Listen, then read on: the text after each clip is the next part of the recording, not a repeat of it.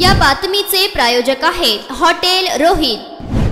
86 वर्षीय आसाराम बापू यांची तब्येत अतिशय बिघडल्याने व त्यांच्या हृदयात 75% ब्लॉकेजेस असल्याने त्याचबरोबर त्यांना पूर्वीपासूनही काही आजार आहेत। यांसारखे गंभीर आजार असल्याने त्यांच्यावर जोधपूर AIMS या ठिकाणी उपचार सुरू आहेत, परंतु त्या ठिकाणी व्यवस्थित उपचार होत नसल्याने त्यांना आयुर्वेदिक उपचार पद्धती लागू होते। तर या उपचार पद्धतीची वारंवार मागणी करूनही त्यांच्यासाठी कोणतीही मुभा त्यांना मिळत नसल्याने गेल्या 11 वर्षात त्यांना एक दिवसही पॅरोल मिळालेला नाहीये।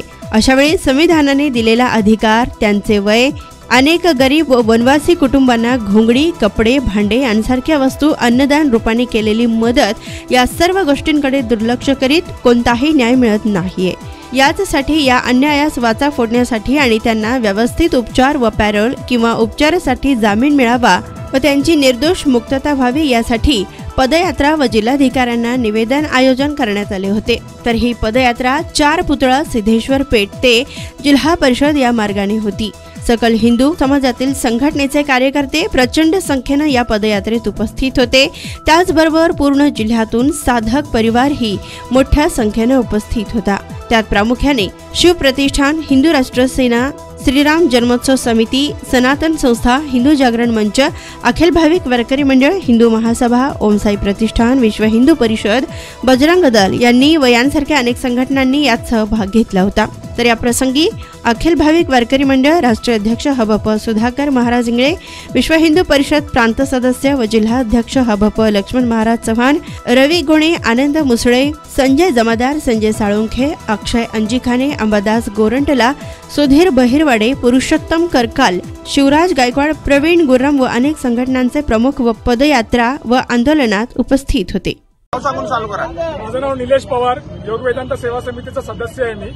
तर आज या ठिकाणी सकल हिंदू समाजातर्फे पूज्य बापूजींना न्याय मिळेल, म्हणजे त्यांना आयुर्वेदिक उपचारासाठी पेरोल मिळेल आणि शीघ्र त्यांची मुक्तता होईल यासाठी सगळ्या हिंदू समाजाने, फक्त आसाराम बापूजींचा साधक परिवार नाही तर जेवढा पण हिंदू संघटना आहेत आणि त्या व्यतिरिक्त घराघरातल्या हिंदूंनी आज रस्त्यावरती उतरून हा रॅली काढलेली आहे, जेणेकरून बापूजींना न्याय मिळेल। संतों के सम्मान में हर हिंदू मैदान में बापूजी एक असं नाव आहे, ज्या वेळेला सत्संग हा शब्द पण कोणाला माहित नव्हता त्यावेळेला बापूजींनी करोडो हिंदूंना भगवान नामाची दीक्षा दिली।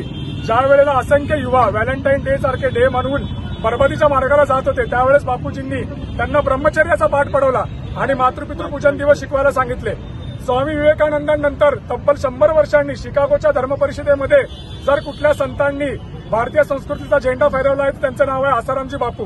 अशा आसारामजी बापूंना एका झुट्या केसमध्ये, खोट्या केसमध्ये आणि अत्यंत गलिच्छ अशा आरोपामध्ये त्यांना अडकवलेलं आहे।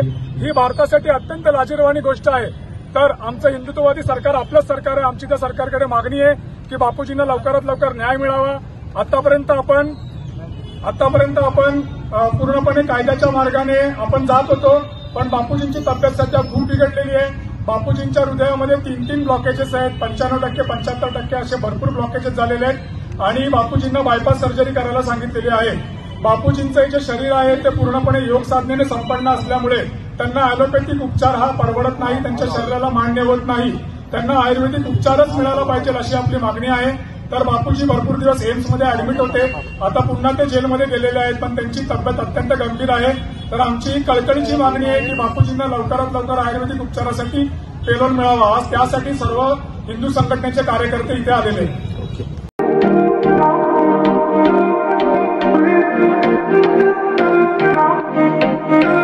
सोलापुरात व्हेज, नॉन व्हेज जेवण मिळण्याचं एकमेव ठिकाण हॉटेल रोहित।